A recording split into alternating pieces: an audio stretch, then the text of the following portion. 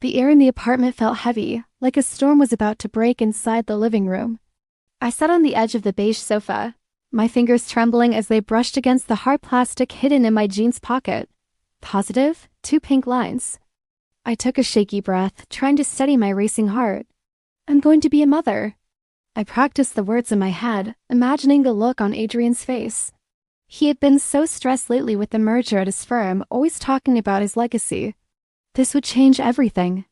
This would bring the joy back to us. The sound of the front door unlocking made me jump. Adrian walked in, bringing the scent of rain and expensive cologne with him. He didn't look at me. He walked straight to the liquor cabinet and poured himself a drink, his movements sharp and angry. Adrian? I stood up, my hand instinctively guarding my pocket. I have something important to tell you. He turned around, swirling the amber liquid in his glass. His eyes were cold, devoid of the warmth I used to see.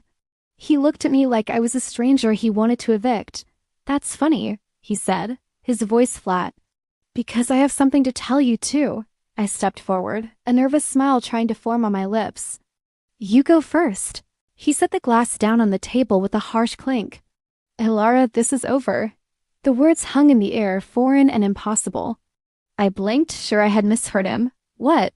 Us, he said, gesturing vaguely between us with a dismissive wave. The engagement. The relationship. It's done. I don't understand, I stammered. We're getting married in 3 months. The venue is booked. Everything is planned. Cancel it, he snapped, loosening his tie as if my very presence was suffocating him. I can't do this anymore. I can't be with you. Why? My voice cracked, panic rising in my throat. Is it something I did? We can fix it. Whatever it is, Adrian, we can talk about it. Fix it? He let out a cruel, dry laugh. You can't fix who you are, Elara. That's the problem. Who I am. He took a step closer, looking down at me with pure disdain. Look at you, you're small. You're content with being mediocre. I am going places, Elara. I'm going to run this city one day, and you're just dead weight. I support you. I cried out, tears stinging my eyes. I worked 2 jobs while you finished your MBA. I paid the rent for this apartment for 2 years. And that's all you'll ever be good for, he sneered. Survival, I don't want to survive, Elara, I want to rule. And I can't do that with a wife who shops at discount stores and dreams of being an interior designer with no clients. I have clients, I whispered, though it was a lie. I had one potential client, and even that wasn't guaranteed. Stop lying to yourself, he cut me off. I need a partner who brings something to the table. Someone with connections. Someone like Sarah. The name hit me like a physical slap. Sarah? Sarah Vance? Yes, he didn't even look ashamed. She understands ambition. Her father owns the firm. With her, I'm royalty. With you, I'm a nobody. So you're leaving me for money? I asked, my voice shaking with rage. For a promotion? I'm leaving you because you are nothing, he said, the words slicing through me. Without me, Elara, you are absolutely nothing. You have no family, no money, and no future. I was the only good thing in your life. I gripped the pregnancy test in my pocket so hard the plastic edges dug into my palm. I have something I wanted to scream. I have your child. We are a family. Adrian, please. I tried one last time, my voice barely a whisper. Don't do this. We have a future. I don't have a future with you. He shouted, making me flinch. I'm done wasting my time. My bags are already in the car. I just came back to drop off the keys. He reached into his pocket and tossed his house key onto the coffee table. It bounced and fell onto the rug. Sarah is waiting for me, he said, checking his watch. Don't contact me. I don't want you dragging me down anymore. He turned his back on me and walked to the door. He didn't look back, not once. Adrian. I screamed his name as the door slammed shut. Silence rushed back into the room, louder than before. I fell to my knees, the sobs ripping through my chest. He was gone. The man I loved, the man I wanted to build a life with, was gone. He said I was nothing. Slowly, with trembling hands, I pulled the plastic stick out of my pocket. The 2 pink lines were still there, bright and unyielding. I wiped my tears, a sudden cold resolve settling over my heart like armor. He thinks I'm nothing, I whispered to the empty room. I looked at the test again, my grip tightening. He doesn't get to know you, I told the baby, my voice hardening. He chose money. He chose Sarah. He doesn't get to be a father. I stood up. I wasn't nothing. I was a mother now. And Adrian Vance would regret the day he called me a burden? The pounding on the door jerked me awake. For a split second, I thought it was Adrian coming back to apologize. I scrambled out of bed, pulling on yesterday's jeans, and flung the door open. It wasn't Adrian. It was his mother, Mrs. Vance, immaculate in a tailored Chanel suit, her expression pinched as if she smelled something rotting. Mrs. Vance? My voice was hoarse from crying all night. Look at yourself, she said, pushing past me into the apartment without an invitation. She scanned the messy living room with disdain. Pathetic. My son finally came to his senses. I stood by the open door, stunned. Why are you here? She turned, dropping a set of keys onto the kitchen counter with a loud clatter. To ensure the trash is taken out. This apartment is in Adrian's name. The lease is up, and I'm not renewing it for his charity case. My stomach dropped. You're evicting me? But I have nowhere to go. I need time to find a place. You have 1 hour, she checked her diamond watch. The cleaners are coming at noon to sanitize the place before I put it on the market. You were never good enough for him, Elara. You were a placeholder until someone of quality came along. Sarah is quality. You are disposable. How can you be so cruel? I whispered, tears stinging my eyes again. It's business, dear. Adrian is moving up. You were holding him down. Get packing. An hour later, I was standing on the sidewalk with 2 suitcases containing my entire life. I felt hollowed out. Homeless, dumped, and pregnant. I had one appointment I couldn't miss before I figured out my life. I dragged my luggage to the clinic. Dr. Evans smiled kindly as I lay on the examination table, staring blankly at the ceiling tiles. Are you ready, Elara? I guess, I mumbled. I felt numb. Then she turned on the monitor and adjusted the volume. The room suddenly filled with a sound of rapid, rhythmic whoosh dash whoosh dash whoosh. It was the loudest, most beautiful sound I'd ever heard. There it is, Dr. Evans said softly. Strong and steady. The numbness shattered. Tears hot with sudden emotion flooded my face. That wasn't nothing. That was a life. My baby. I wasn't just fighting for me anymore. I had someone else to protect. The despair that had been drowning me since last night evaporated, replaced by a cold, hard rod of determination. Outside the clinic, I pulled out my phone and dialed Maya. She answered on the first ring. Elara, oh my God, I saw the news about Adrian and that witch Sarah. Where are you? Are you okay? I'm on 5th and Main, I said, my voice steadier than it had been in days. His mother kicked me out. I have nowhere to go. What? Maya shrieked so loud I had to pull the phone away. I'm coming to get you right now. You're staying with me. Don't move. 40 minutes later, I was sitting on Maya's bright yellow couch. She was pacing the floor, venting her fury. I'm going to slash his tires. No, I'm going to egg his mom's house. How dare they treat you like this? I sat quietly, clutching a mug of tea, feeling a strange sense of calm amidst her storm. Maya, I interrupted her rant. She stopped, looking at me wildly. What? Do you need something? Are you hurt? I'm fine, I said. I looked down at my phone. Adrian's contact name was on the screen. You are absolutely nothing, his voice echoed in my memory. He wants me gone, I murmured.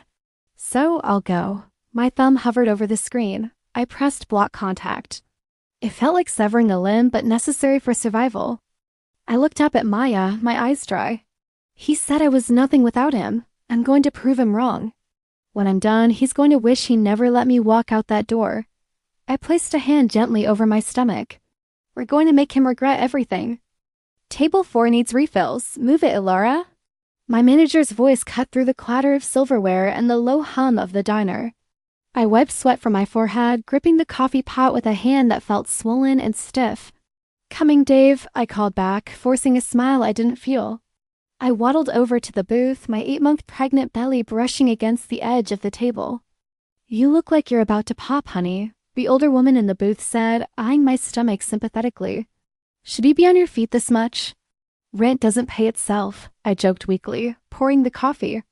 Enjoy. I retreated to the break room, sinking onto a plastic crate. I pulled out my tablet, my eyes blurring as I tried to focus on the color theory module for my online interior design course. You're crazy, you know that? I looked up to see Jenna, another waitress, leaning against the doorframe. You work a double, then you study until dawn. You're going to collapse. I have to finish this certification before the baby comes, I murmured, rubbing my aching ankles. I can't wait tables forever. I need a career. You need a husband, she sighed, lighting a cigarette. I had a fiancé, I said, my voice hardening. I don't recommend it. Later that night, I dragged myself into Maya's apartment. She was sitting on the couch, hastily shoving a magazine under a cushion as I walked in. Hey, how were tips? She asked, her voice pitched too high. Terrible, I groaned, collapsing next to her. I reached for the cushion. What are you hiding? Nothing. Maya swatted my hand away. Just trash TV gossip. I wrestled it from her grip. On the glossy cover, a headline screamed, Vance heir to wed heiress Sarah Thorne in lavish winter ceremony. There was a photo of Adrian. He looked sharp, wealthy, and powerful. Sarah was clinging to his arm, a massive diamond weighing down her hand. My ring had been a simple band. This was a boulder. He looks successful, I whispered, a lump forming in my throat. He looks like a sellout, Maya spat. Forget him, Elara. He's the past. It just hurts, I admitted, tears leaking out despite my best efforts. He's planning a wedding while I'm figuring out how to afford diapers. And you're going to be 10 times the parent he could ever be, Maya said fiercely, grabbing my hand. You're building something real. He's just building an image. 2 weeks later, the pain hit me like a freight train in the middle of a mock-up sketch. Maya, I screamed, clutching my stomach. It's time. The hospital was a blur of bright lights and agony. Breathe, Elara. You have to breathe, the nurse commanded. I can't. I sobbed, gripping the railing. I can't do this alone. You aren't alone, Maya shouted, wiping my forehead. I'm here. Push. One more big one, Elara, the doctor urged. With a final guttural scream, I gave everything I had left. The pressure vanished, replaced by a high-pitched, indignant cry. It's a boy, the doctor smiled, placing the warm, wet bundle on my chest. The world stopped. The noise of the hospital faded. I looked down at the tiny face, the dark tuft of hair, the small fingers grasping the air. Leo, I whispered, brushing his cheek. He opened his eyes, dark, deep, and familiar. But looking at him didn't hurt, it healed. The crushing weight of Adrian's words, the rejection, the fear, it all dissolved the moment I felt Leo's heartbeat against mine. Look at him, Maya whispered, crying softly. I see him, I said, my voice steady for the first time in months. I brought Leo's small hand to my lips. You are not nothing, I promised him fiercely, ignoring the tears sliding down my face. You are everything. And I will never, ever let anyone make you feel unworthy. I will build the world for you, Leo. I looked up at Maya, the exhaustion gone, replaced by a fire I hadn't felt since before Adrian left. I'm ready, I said. For what? To win. Mommy, if gravity pulls us down, why don't birds fall? I opened one eye, groaning as the morning sun streamed across my duvet. A pair of intense, dark eyes were staring right at me, inches from my face. It's 6 a.m, Leo, I mumbled, pulling the covers up. Can we discuss physics after coffee? But I need to know, he insisted, poking my shoulder. Miss Hayes said we're learning about flight today. I sat up, looking at him. At 5 years old, Leo was a spitting image of his father. He had Adrian's sharp jawline, his messy dark hair, and that stubborn tilt of the chin. But his eyes, they were mine. They held a kindness Adrian never possessed. Wings create lift, I said, kissing his forehead. Now, go brush your teeth. I have a big presentation. You're going to crush it, he grinned, hopping off the bed. Because you're the boss. I smiled as he ran down the hall. I am the boss. 5 years ago, I was crying on a dirty floor. Today, I stood in front of a floor-to-ceiling mirror in a tailored navy suit, adjusting my lapel. I wasn't Elara the waitress anymore. I was Elara, lead interior designer at Horizon Arch. I dropped Leo off at school and drove to the office, my heels clicking purposefully against the marble lobby floor. Morning, Elara, Julian called out as I walked past his glass office. He waved me in. Julian was the owner of the firm, a man of quiet power and immense kindness. He had hired me when I was fresh out of my online course with no experience, simply because he liked my sketches. Here are the mock-ups for the Skyline Hotel, I said, sliding a folder onto his desk. He opened it, his eyes scanning the designs. You changed the lighting in the lobby. The original plan was too cold, I explained. People want to feel welcomed, not intimidated. I added warm tones and organic textures. Julian looked up, a soft smile playing on his lips. This is why you're my best designer. You don't just fill a space. You give it a soul. Adrian, whoever that ex of yours was, he was a fool to let you go. I stiffened slightly at the mention, though Julian didn't know the name. Ancient history, Julian? Good. He nodded. Because you have a meeting with Henderson in 5 minutes. He looked serious. My stomach tightened. Mr. Henderson was the firm's senior partner and he only handled the massive corporate accounts. I walked into the conference room.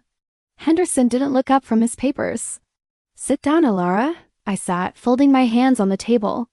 Is there a problem with the Skyline account? No, Skyline is fine, he grunted. I have a new assignment for you. The biggest contract we've landed in a decade.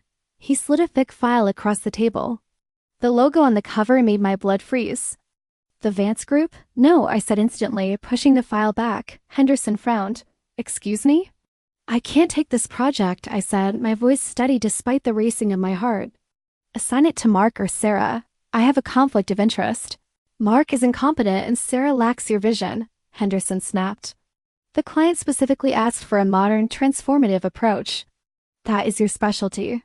Mr. Henderson, you don't understand. I understand that the Vance Group is restructuring its entire headquarters. He interrupted, slamming his hand on the table. This contract will secure our bonuses for the next 3 years. It will put you on the cover of Architectural Digest. I don't care about the press, I insisted. I can't work with this client. Then you can't work here, Henderson said coldly. I froze. What? Refusing a key assignment is grounds for termination, Elara. We are a business. If you walk away from this, you walk away from your job. I thought of Leo. I thought of his private school tuition. Our comfortable apartment, the life I had built from the ashes. I couldn't lose this job. I couldn't go back to being powerless. I looked at the file again. Adrian Vance. He was just a man, a client. I wasn't the girl he threw away anymore. Fine, I said, pulling the file toward me. I'll take the meeting. Henderson nodded, satisfied. Good, the CEO wants to meet the lead designer personally. Tomorrow at 10 a.m. I walked out of the office, my hands shaking slightly. Julian caught my eye from across the hall, giving me a thumbs up. I took a deep breath. Let him see me, I thought, a cold anger replacing the fear. Let him see exactly what he threw away. I wasn't nothing anymore. And tomorrow, Adrian Vance was going to learn that the hard way. I checked my reflection in the polished glass of the elevator doors one last time. The woman staring back wasn't the girl who wore oversized sweaters to hide her insecurities. She was wearing a tailored cream suit that cost more than my old car, her hair styled in sharp professional waves, and her lips painted a bold, confident red. You ready, Elara? Mr. Henderson asked, adjusting his tie. Remember, Vance is a shark. Don't let him smell blood. I'm not the bait anymore, Mr. Henderson, I said coolly. I'm the hook. The elevator dinged. We walked down the corridor I used to be terrified of entering. I pushed the double doors of the conference room open and strode in, my heels clicking a steady rhythm on the floor. At the head of the long mahogany table sat Adrian. He looked older. There were lines around his eyes that hadn't been there 5 years ago, and his shoulders seemed weighed down by the expensive suit he wore. Next to him sat Sarah, looking bored, scrolling through her phone. Mr. Vance, Mr. Henderson boomed. Let me introduce our lead designer. Adrian didn't look up from his notepad. Let's just get this over with. I have a lunch meeting at 12. Good morning, Mr. Vance, I said, my voice clear and unwavering.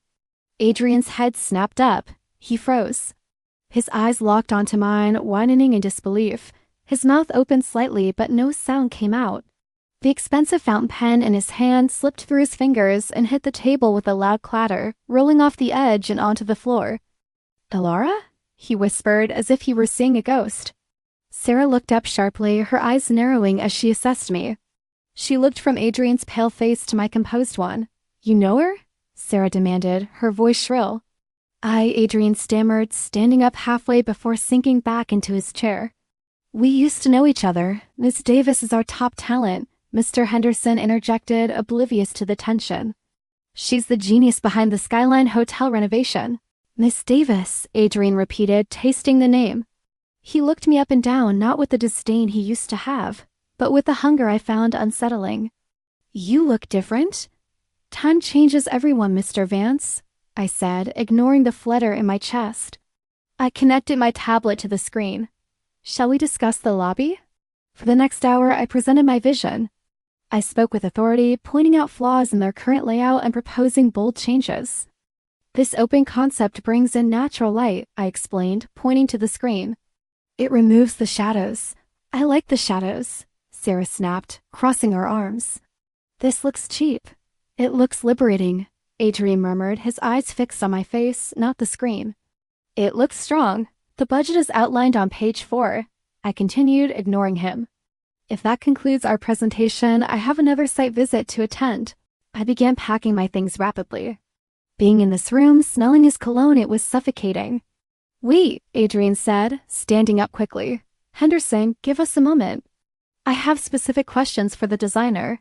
Of course, Henderson said, ushering a fuming Sarah out of the room. We'll wait in the lobby. The door clicked shut. We were alone. Adrian walked around the table, stopping just a few feet from me. The arrogance was gone. He looked desperate. Elara, he said softly, using a tone I hadn't heard since the early days of our relationship. My God, you're magnificent. I snapped my briefcase shut. Is there a question about the architectural integrity of the design, Mr. Vance? Stop it, he pleaded, reaching out a hand that's stopping short of touching me. Don't call me that. It's me. It's Adrian. How have you been? I heard you vanished. I tried to look for you. Did you? I asked, my voice like ice. Or did you just enjoy the silence? I was an idiot, he said, his voice dropping to a whisper. I see that now. Seeing you today, Elara, I've been miserable. Sarah, she's not you. No, I agreed, looking him dead in the eye. She's the woman you chose. The woman who fit your ambition. I'm just the contractor. We can fix this, he said, stepping closer. We can talk. Dinner? Please. I laughed, a sharp, humorless sound. I'm here to redesign your office, Adrian, not your life. My rate is $300 an hour.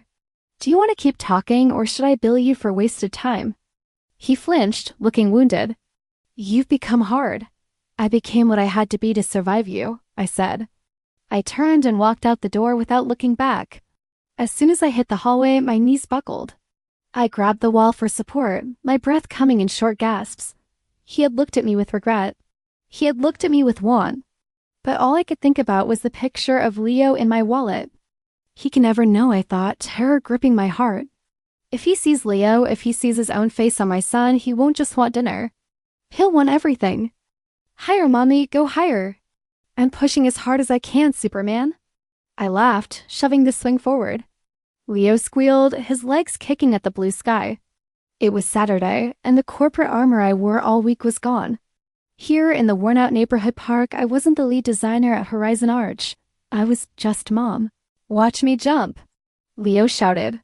Be careful, I called out, shielding my eyes from the sun. He launched himself off the swing, landing in the wood chips with a clumsy thud and a triumphant grin. He brushed his messy dark hair out of his eyes, a gesture so painfully familiar it made my chest ache. I was about to walk over to him when the aggressive purr of a high-performance engine cut through the sound of children playing. I froze. I knew that engine. A sleek black car pulled up to the curb, looking violently out of place among the minivans. The driver's door flew open and Adrian stepped out. He looked like he was fleeing a crime scene. His tie was undone, his suit jacket thrown over one shoulder, and he was furiously typing on his phone. I don't care what Sarah says, just cancel the dinner. He yelled at the device, ending the call with a savage tap. He raked a hand through his hair, turning toward the park to pace. Then he stopped. He saw me. Elara? Panic, cold and sharp, flooded my veins. Leo, come here, I said, my voice tight. But I want to go down the slide. Leo whined, running toward the metal structure. Now, Leo, I snapped, rushing toward him. Elara! Adrian's voice was closer now. He was walking onto the playground, his shoes crunching on the wood chips. What are you doing here? Do you live around here? I grabbed Leo's hand, pulling him away from the ladder. We're leaving. Mom, you're hurting me, Leo complained, trying to pull his hand back. Wait a minute, Adrian said, jogging to catch up. He grabbed my free arm. Why are you running away? I just want to. He cut himself off. We had stopped moving. Adrian was staring down. Leo was staring up. The silence that followed was louder than the traffic nearby. Leo blinked, his dark, intelligent eyes analyzing the stranger. He tilted his chin up in that stubborn way he did when he was confused. It was like looking at a mirror image of Adrian, just 25 years younger. Adrian's face went slack.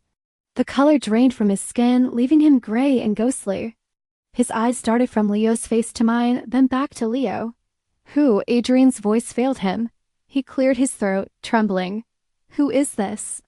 My son, I said, positioning my body between them. Let go of my arm. Adrian didn't let go. His grip tightened, not out of aggression, but out of shock. He was staring at Leo's nose. It was his nose. He was staring at the shape of Leo's eyes. He looks, Adrian whispered, a terrible realization dawning in his gaze. He looks exactly like me. He looks like a lot of people, I lied, my heart hammering against my ribs. Come on, Leo. No, Adrian breathed, stepping around me to look at the boy again. No, he doesn't look like people, he looks like a Vance. You're delusional, I said, trying to pull Leo toward the car. Goodbye, Mr. Vance. How old is he? Adrian demanded, his voice rising. 3, I blurted out. Adrian looked at Leo's height. He looked at the teeth Leo was growing into. He looked at the maturity in the boy's face. Lear, Adrian hissed. He's not 3, he's too big. He's 4? 5? I didn't answer. I just pulled Leo harder. Stop, Adrian shouted, making Leo jump. Do the math, Elara. 5 years ago, that's when I left. He looked at me, his eyes wide with horror. He was counting the months backward in his head. The realization hit him like a physical blow. He actually stumbled back, releasing my arm. You were pregnant, he whispered, the words sounding like they were choking him. When I left that night when I told you to get out, you were pregnant. I was nothing, I reminded him, my voice trembling with suppressed rage. Remember, I was nothing. So how could I give you anything? Oh my God, Adrian gasped, bringing a hand to his mouth. He looked at Leo, who was now hiding behind my leg, scared of the shouting man. Is he? Adrian pointed a shaking finger at the boy. Is he mine? Tell me the truth, Elara. Is that my son? I looked at the man who had abandoned me for money. I saw the fear in his eyes. I saw the regrets starting to crack his composure. He's my son, I said coldly. You lost the right to ask that question 5 years ago. I have a son, he murmured, ignoring me, staring at Leo as if the ground had opened up beneath him. I have a son. Mom? Leo tugged on my jeans. I want to go home. We're going, I said. I picked Leo up, shielding his face from his father, and walked toward my car. Elara, wait, Adrian screamed behind me. You can't just walk away with him, Elara. I didn't look back. But as I buckled Leo into his car seat, I saw Adrian in the rearview mirror. He was on his knees in the wood chips, head in his hands, completely broken. I walked into the small coffee shop, the bell above the door chiming a cheerful sound that felt completely wrong for the moment. Adrian was already there, sitting at a corner booth. He wasn't looking at his phone or a file. He was staring at the empty chair across from him, his jaw set so tight I could see the muscle jumping. I slid into the booth, keeping my purse on my lap as a shield. Where is he? Adrian asked immediately, not bothering with a greeting. Maya is watching him, I said, keeping my voice low. I'm not bringing a 5-year-old to a war zone. A war zone? Adrian laughed, a bitter, sharp sound. You hid my son from me for 5 years, Elara. This isn't a war. This is a crime. It was survival, I snapped. And don't raise your voice. How could you? He hissed, leaning over the table. His eyes were red-rimmed. How could you look me in the eye yesterday and say nothing? How could you let me walk out that door 5 years ago knowing you were carrying my child? You didn't walk out, Adrian, I corrected him, my hands trembling slightly under the table. You discarded me. You told me I was dead weight. You told me I was nothing.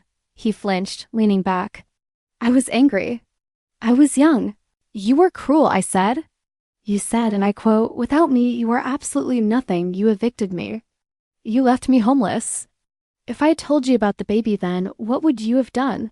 Accused me of trapping you? Demanded I get rid of it to save your precious career? Adrian opened his mouth to argue, but then he closed it. He looked down at his hands. He knew I was right. I protected him from your rejection, I continued, my voice gaining strength.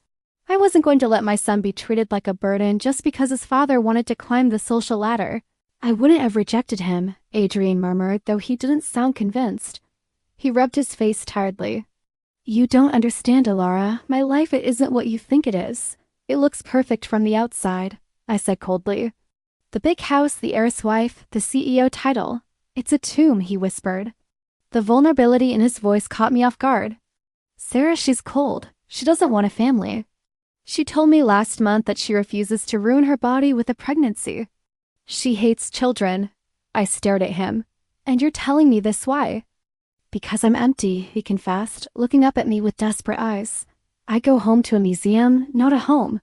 I have all this money, all this success, and no one to leave it to. No one to share it with? That was your choice, I reminded him.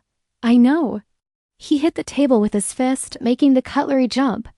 I made a mistake, but seeing him today, seeing Leo Elara, he's me.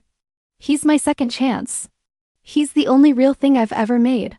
He is not a thing, I said, anger flaring hot in my chest. And he is not your second chance. He is a person. He is a happy, well-adjusted little boy who has never needed you. He needs a father, Adrian insisted, reaching across the table to grab my hand. I can give him everything. The best schools, trust funds, connections. I yanked my hand away as if he burned me. He has love. That's what he needs. You think you can just buy your way into his life now that you're lonely? Now that it's convenient for you? I'm his father, Adrian said, his voice dropping to a dangerous, possessive growl. I have rights. You have regrets. I stood up, looking down at him. You don't have rights. You traded them for a corner office 5 years ago. I won't let you keep him from me, Adrian warned, standing up too. I'm not the same man I was. No, I agreed, backing away. You're just richer. Stay away from us, Adrian. Leo doesn't need a father who only wants him because his wife won't give him one. I turned and walked out, my heart pounding, leaving him standing alone in the middle of the coffee shop, looking more lost than I had ever been. You wanted to see me, Mr. Henderson? I walked into the office, clutching my tablet. The atmosphere in the room was suffocating. Mr. Henderson was sitting behind his desk, looking pale and nervous. Standing by the window with her back to me was Sarah. She turned around slowly. Her face was twisted into a mask of pure venom. I won her off the project, Sarah announced, her voice trembling with barely contained rage. She tossed a manila folder onto Henderson's desk. And I won her fired from the firm immediately. Excuse me? I looked from her to Henderson, my grip on the tablet tightening. On what grounds? Unprofessional conduct, Sarah spat, walking closer. Moral turpitude. Harassing a client. That is a lie, I said, standing my ground. I've been nothing but professional. Is it? Sarah stopped right in front of me, the scent of her expensive perfume cloying and heavy. My assistant, Chloe, saw you. She saw you at the park on Saturday. You staged that meeting with Adrian, didn't you? You used that bastard child to try and trap my husband again. My blood ran cold. Chloe, the quiet girl who always carried Sarah's shopping bags. She'd been spying on me. I was at a public park with my son, I said, keeping my voice steady despite the pounding in my chest. Your husband approached us. I tried to leave. Liar, Sarah screamed, slamming her hand on the desk. You're a gold digger, Elara. You were trash 5 years ago. And you're trash now, Mr. Henderson. If she isn't gone by noon, the Vance Group pulls the contract. And we will sue this firm for breach of trust. Henderson wiped sweat from his forehead. Elara, given the complexity of this situation, maybe it's best if you step down for a while. She isn't going anywhere. The deep voice came from the doorway. We all turned. Julian stood there. He wasn't wearing his usual friendly, mentor-like smile. He looked furious. Julian, Sarah scoffed, crossing her arms. This doesn't concern you. This is between me and your employee. It concerns me when you threaten my staff in my building, Julian said, walking into the room. He didn't look at Henderson. He stood directly between me and Sarah, acting as a human shield. She's trying to steal my husband. Sarah shrieked, pointing a manicured finger at me. She's doing her job, Julian said calmly. And if you want to talk about breach of trust, Sarah, should we discuss why you're really here? Sarah narrowed her eyes. Excuse me? I know about the vendor kickback, Sarah, Julian said, his voice dropping to a low, dangerous level. I know you've been inflating the construction invoices for the Vance HQ project and pocketing the difference. Adrian doesn't know, does he? Sarah's face went white. She took a step back, her confidence shattering. You wouldn't. Try me, Julian challenged, stepping closer to her. You walk out of here, you leave Elara alone, and you let us finish the job. Or I call Adrian right now and send him the financial discrepancies. The room was silent for 10 agonizing seconds. Sarah looked at me with pure, undiluted hatred, then grabbed her purse. This isn't over, she hissed at me. You and that brat will regret this. She stormed out, slamming the door so hard the glass walls rattled. Mr. Henderson, Julian said, still staring at the door. Give us a minute. Henderson nodded nervously, gathering his papers, and hurried out of the room. I let out a breath I didn't know I was holding, my legs suddenly feeling weak. I grabbed the back of a chair for support. Julian, thank you. How did you know about the kickbacks? I didn't, Julian admitted, turning to face me. The anger vanished from his eyes, replaced by soft concern. I bluffed. But people like Sarah always have dirty secrets. I stared at him, stunned. You risked the biggest contract of the year on a bluff to save my job? I didn't do it for the job, Elara, he said softly. He reached out, his hand hovering near my shoulder before he let it drop, respecting my space. I did it for you, Julian. I know you have a history with Adrian, he said, his eyes searching mine. I don't know the details, and I don't care. But I see who you are now. You're brilliant, you're strong, and you're a good mother. I won't let them destroy you. My heart skipped a beat. 5 years ago, Adrian had watched his mother throw me onto the street and did nothing. Today, Julian stood between me and a hurricane without hesitation. The contrast was blinding. I don't know what to say, I whispered. Say you'll let me help you, Julian said earnestly. Because Sarah won't stop here. And neither will Adrian. I thought of Leo. I thought of the threats Sarah just made. I couldn't fight an army alone. Okay, I nodded, feeling a tear slide down my cheek. Help me. For the first time in 5 years, I let myself lean on someone else. But even as Julian's kindness warmed me, the fear in my stomach remained. Sarah knew about Leo, and now she had nothing left to lose.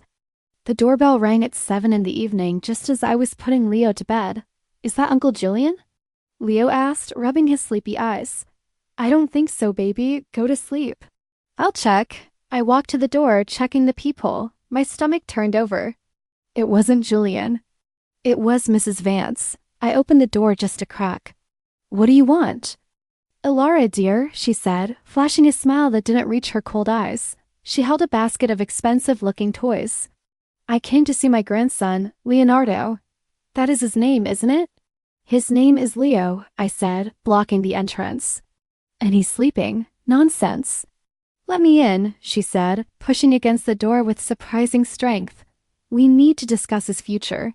He is a Vance, after all. He deserves his heritage. His heritage? I laughed, a harsh sound. 5 years ago, his heritage was an eviction notice. You threw me out on the street, remember? You said I was trash. Water under the bridge, she waved a hand dismissively, stepping into my hallway uninvited. I was protecting my son's interests. But now, well, Sarah is barren. Useless. Leo is the heir. We want to do the right thing. She reached into her purse and pulled out a checkbook. She scribbled something quickly and tore it off, holding it out to me. $50,000, she said, for expenses. Consider it back child support. In exchange, we want weekend visits. Starting this Saturday, I looked at the check. I looked at the woman who had watched me cry 5 years ago and sneered. You think you can buy him? I asked quietly. Everyone has a price, Elara. Don't be difficult. Adrian is filing for partial custody tomorrow. We have the best lawyers in the city. You're a single mother living in a quaint apartment. Who do you think the judge will choose? The threat hung in the air, heavy and suffocating. Fear spiked in my chest, the terrified girl from 5 years ago trying to surface. But I wasn't her anymore. I took the check. Good girl, Mrs. Vance smirked. I held it up to her face and slowly, deliberately ripped it in half. Then in quarters, I threw the confetti of paper at her feet. Get out, I said, my voice shaking with rage, not fear. If you or your son come near Leo again, I will file a restraining order so fast your head will spin. Keep your money. You can't buy the 5 years you missed. Mrs. Vance's face turned purple. You will regret this, you little... Out. I shouted, pointing at the door. She stormed out, muttering curses. I slammed the door and locked it, sliding down to the floor, my heart hammering. Custody. They were going to try to take him. 3 hours later, the pounding started again. Elara, open the door. It was Adrian. And he sounded wrong. I opened the door, keeping the safety chain on. Adrian was leaning against the frame, his tie loose, his shirt stained with wine. He smelled like a distillery. Go home, Adrian, I whispered. You're drunk. Home? He laughed, stumbling. I don't have a home. I have a house. A cold, empty house with a wife who hates me. He pressed his face against the crack in the door, tears streaming down his cheeks. It was a pathetic sight. The titan of industry reduced to a weeping mess. I messed up, Elara, he sobbed, sliding down the doorframe. I messed up so bad. I chose the money. I chose the status. But I lost you. You chose yourself, I said through the crack. I love you, he slurred. I never stopped. Please, let me see him. Let me see my boy. I can be better. I promise. You don't love me, Adrian, I said, realizing with a jolt that I felt absolutely nothing for him. No anger, no hate. Just pity.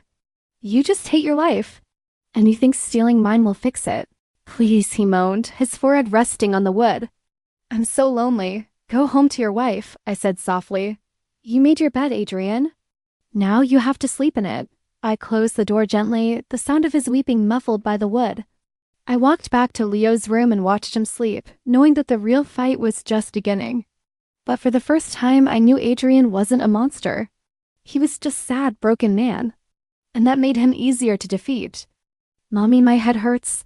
The whimper woke me from a dead sleep. I rolled over, reaching for the lamp. Leo? I touched his forehead and pulled my hand back instantly. He was burning up. His skin was dry and hot, radiating heat like a furnace. Leo, baby, look at me, I said, panic rising in my throat. His eyes were glassy, rolling back slightly.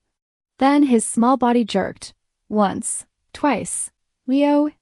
I screamed, scrambling for my phone. The ride to the emergency room was a blur of flashing lights and my own terrified prayers. By the time we got into a room, the seizure had stopped, but his fever was spiking dangerously high. The doctors swarmed him, hooking up IVs and monitors. I stood in the hallway, shaking so hard my teeth rattled. I needed an anchor, I didn't think. I just dialed. Elara? Julian's voice was thick with sleep. It's 3 a.m. Is everything okay? It's Leo, I choked out. The hospital, please. I'm on my way. 20 minutes later, Julian was running down the hallway. He didn't ask questions. He just pulled me into his arms, letting me sob into his coat. He's going to be okay, Julian whispered, stroking my hair. He's strong. Just like his mother. I'm scared, Julian, I admitted, gripping his lapels. Elara. The shout came from the elevators. I pulled away from Julian to see Adrian sprinting toward us, his face pale with terror. Trailing behind him, looking annoyed and checking her phone, was Sarah. I heard the scanner, Adrian gasped, skidding to a halt. My contact at the precinct, he saw the ambulance dispatched to your address. Is he okay? Is my son okay? He's stable, I said, wiping my eyes. The fever caused a febrile seizure. They're cooling him down. Adrian slumped against the wall, covering his face. Oh God, oh God. Well, that sounds dramatic, Sarah scoffed, walking up to us. She looked around the sterile hallway with a sneer. It smells like disinfectant and sickness in here. Can we go now, Adrian? Clearly the mother overreacted.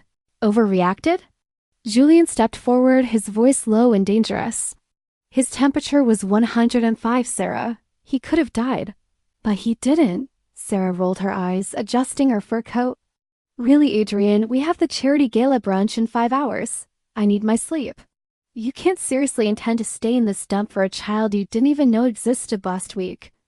I felt a surge of rage so pure it nearly blinded me, but before I could scream, Adrian moved. He pushed off the wall and turned on Sarah. Shut up, he said. Sarah blinked. Excuse me? I said shut up. Adrian roared, his voice echoing down the corridor. Nurses poked their heads out of rooms. My son is lying in there hooked up to machines, and you're worried about a brunch. Lower your voice, Sarah hissed, looking embarrassed. People are staring. Let them stare. Adrian shouted, tears spilling from his eyes. I don't care about the gala. I don't care about the company. I don't care about you. Get out. You're kicking me out? Sarah gasped. I am your wife. You are a heartless monster, Adrian spat, pointing at the elevators. Leave now, or I swear to God, Sarah, I will file for divorce first thing in the morning. Sarah looked at his face purple with rage and grief and realized he wasn't bluffing. She spun around on her heels and stormed off without a word. Adrian stood there, panting, his chest heaving. The silence stretched out, heavy and awkward. He turned back to me, his anger draining away, leaving him looking small and defeated. He took a step toward me, reaching out a hand. Elara, I didn't move toward him. Instinctively, I leaned back into Julian. Julian's arm tightened around my waist, a protective, natural gesture. Adrian froze. He looked at Julian's hand on my waist. He looked at the way I leaned into Julian for strength. He looked at the connection between us, a connection built on years of respect and kindness, not just history. Adrian's hand dropped to his side. I'm here, Adrian whispered, his voice cracking. I have all the money in the world, Elara. I can fly in specialists. I can buy the hospital. We don't need your money, Adrian, Julian said calm, his chin high. We just need him to get better. I've got this. I've got her? Adrian looked at me, waiting for me to contradict Julian. Waiting for me to say I needed him. Go home, Adrian, I said softly, tiredly. Julian is staying. The realization hit him then. I could see it in his eyes. He realized that while he was busy building his empire, another man had built a home in the heart of the woman he loved. Right, Adrian choked out. He stepped back, looking at the closed door of Leo's room one last time. Just text me if he gets worse. I will, I promised. He nodded, turned and walked away alone down the long, empty hallway. He looked richer than anyone in the building, but I knew the truth. He was the poorest man I had ever seen. He's asleep, Maya texted. Go knock him dead. I slid my phone into my clutch and took a deep breath. Beside me, Julian squeezed my hand. You don't have to be here, Elara, he said, adjusting his tuxedo. We can leave. No, I said. Looking at the glittering ballroom of the charity gala, Sarah has been spreading rumors about my professional ethics all week. If I hide, I look guilty. I need to show my face. We walked in. Heads turned. Whispers rippled through the room like a wave. There she is, I heard a woman murmur. The one who hid the baby. Suddenly, the music cut out. A screech of feedback pierced the air. I looked at the stage. Sarah stood there, gripping the microphone, her face flushed with champagne and rage. Ladies and gentlemen, Sarah shouted, swaying slightly. I have an announcement. We have a celebrity in our midst. She pointed a shaking finger directly at me. The spotlight swung, blinding me. Elara Davis, she sneered. The woman who thinks she can sleep her way to the top. She used a bastard child to try and trap my husband. She's a gold digger who hid a baby for 5 years just to spring a paternity suit on us. The room gasped.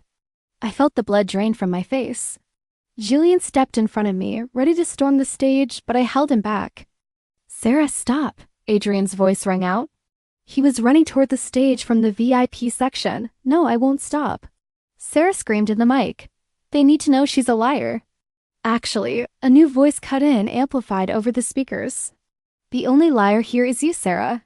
It was Chloe. Sarah's quiet, mistreated assistant was standing at the DJ booth, her phone plugged into the sound system. Chloe, what are you doing? Sarah demanded. You're fired. I quit, Chloe said into the DJ's mic.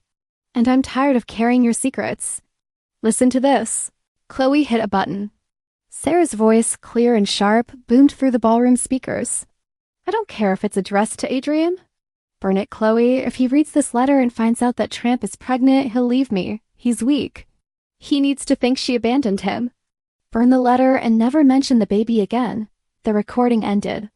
The silence in the room was absolute. I froze. She knew. Years ago, I had written a letter to Mrs. Vance, begging her to tell Adrian about the baby. I thought they ignored it. They never even saw it. Sarah had intercepted it. Adrian stood at the foot of the stage, staring up at his wife. He looked like he had been shot. You knew?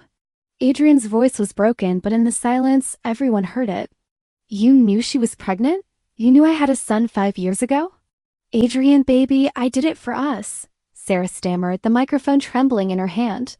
She wasn't good enough. Get out, Adrian said. It wasn't a scream. It was a cold final command. But, get out. He roared. Security guards moved in, escorting a sobbing, humiliated Sarah off the stage. Adrian didn't follow her. He turned around facing the crowd. Then he looked at me. He walked over to the DJ booth and took the microphone from Chloe. I need to correct the record, Adrian said, his voice echoing through the hall. He looked directly into my eyes across the room. 5 years ago, I told Elara Davis she was nothing without me, Adrian said, his voice shaking. I was wrong. She built a life. She built a career. She raised an incredible son. I am the one who is nothing. I traded my family for a paycheck, and I've paid for it every day since. He bowed his head. I am sorry, Elara. You are everything I wish I was. He placed the microphone down and walked out the back exit, head hung low. The crowd erupted into murmurs, but I didn't hear them. I looked at Julian. Did you win? Julian asked softly. I watched the empty stage. I didn't feel triumphant. I didn't feel joy at Sarah's destruction or Adrian's shame. I just felt light. The weight of the secret, the anger, the need for revenge, it was all gone. No, I smiled, leaning my head on Julian's shoulder. I didn't win. I just finished it. Full custody, the judge's voice rang out final and absolute. With supervised visitation granted to the father on alternate weekends. I let out a breath that felt like it had been stuck in my chest for 5 years. Beside me, my lawyer squeezed my arm. It's over, Elara, she whispered. We walked out into the marble hallway. Adrian was waiting there. He looked nothing like the arrogant man who had stormed into my apartment years ago. He looked gray, his suit ill-fitting, his eyes hollow. He was alone. No entourage, no Sarah, no mother.